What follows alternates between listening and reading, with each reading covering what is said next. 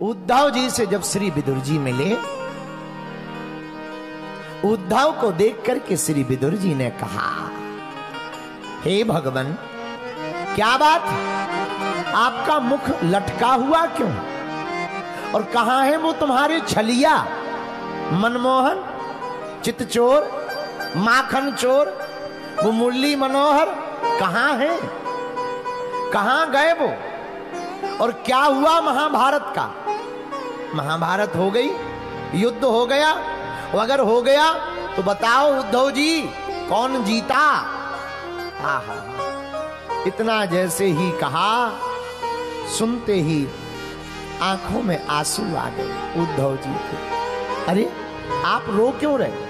उद्धव जी बोले, विदुर जी आपको पता नहीं क्या, कब का महाभारत हो गया, पांडव जीत गए, कौरवों का समूल नाश हो गया। अरे अच्छा, और तुम्हारे ठाकुर जी कहां हैं? आंखों में आंसू भर के कहते उद्धव जी, विदुर वो तो कब के चले गए, लीला पूरी करके अपने धाम को चले गए। अच्छा, विदुर जी ने हाथ जोड़कर कहा, उद्धव क्या कभी भगवान को हमारी याद आई? क्या भगवान ने कभी हमारे बारे में बात की? क्या भगवान ने कभी हमारे बारे में पूछा? क्या भगवान ने कभी हमारे बारे में चर्चा की? उद्धव जी की आंखें और डबडबा गई। उद्धव जी रोते हुए बोले, विदुर जी आपके भाग्य की क्या सराहना कहना, आपके भाग्य की क्या महिमा को गाना, और आपके भाग्य पर तो हमें भी ईर्ष्या हो रही। क्यों? अरे विदुर जी आपको पता नहीं, जब भगवान अपनी लीला पूर्ण करके अपने धाम जा रहे थे तो अंतिम समय में तुम्हारी ही चर्चा कर रहे थे। अब तो विदुर जी भी उत्सुकता से पूछने लगे, क्या कहा था भगवान ने, हमारे लिए क्या बोले भगवान? उद्धव जी बोले, विदुर जी भगवान कह रहे थे, हमने सबका कर्जा चुका दिया, लेकिन हम अपने प्यारे भगत विदुर का कर्जा नहीं चुका पाए। विदुर का कर्जा नहीं चुका पाए, विदुर का कर्जा रह गया। अरे विदुर जी रोने लगे, डबडबा गई आंखें, आंसू झड़झड़ गिरने लगे, और हाथ जोड़ करके उद्धव के हाथ पकड़ करके विदुर जी पूछने लगे, भैया वो कौन सा कर्जा है जो भगवान जाते जाते याद कर गए? ऐसा हमने कौन सा उपकार कर दिया जो भगवान के ऊपर कर्जा बन गया, जो भगवान के ऊपर बोझ बन गया, जो भगवान पर कर्जा बन गया?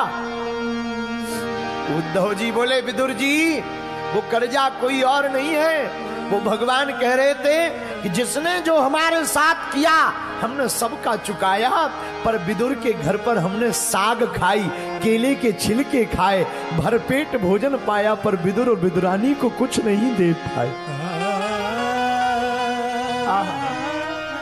इतना सुनते ही विदुर जी फूट फूट कर रोने लगे, विदुरानी भी फूट फूट कर रोने लगी। अरे भगवान हमारी उस बात को याद कर रहे थे, धन्य है उनकी दयालुता।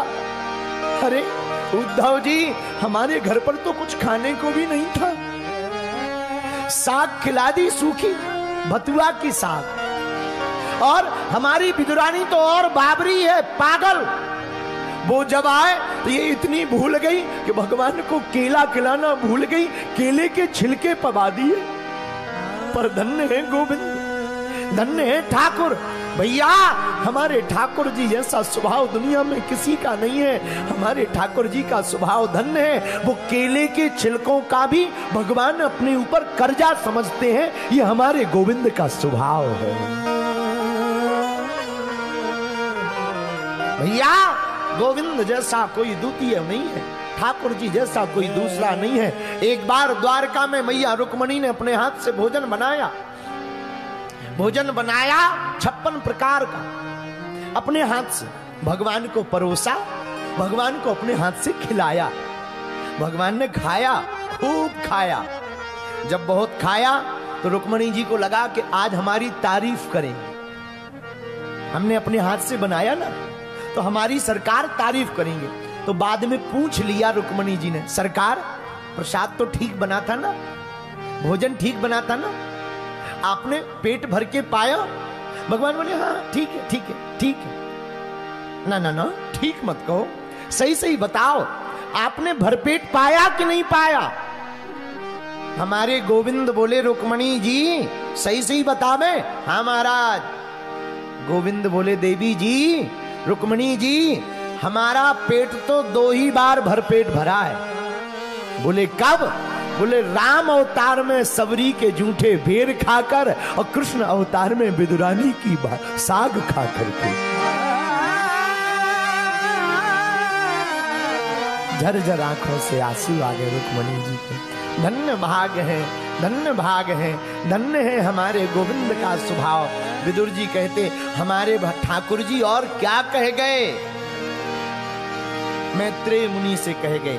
मैत्रेय मुनि के पास विदुर जी आए, सृष्टि प्रक्रिया के बारे में बताया। सनत सनंदन सनातन सनत कुमार प्रकट करवाए। भगवान ब्रह्मा जी की मानसी सृष्टि बताई।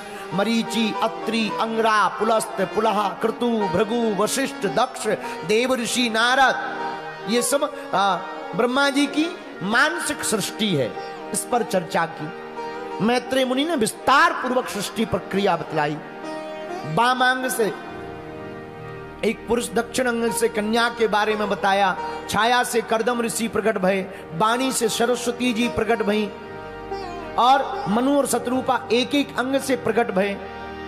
मनु शत्रुपा से ही हम लोग प्रकट भये, हम लोगों का जन्म हुआ, क्योंकि हम लोग मनु शत्रुपा की संतान, इसलिए हम लोगों को मानव कहते। क्या कहते हैं? मानव, मनुष्य। हम लोग मनुष्य इसलिए क्योंकि हम लोग मनु शत्रुपा की संतान है।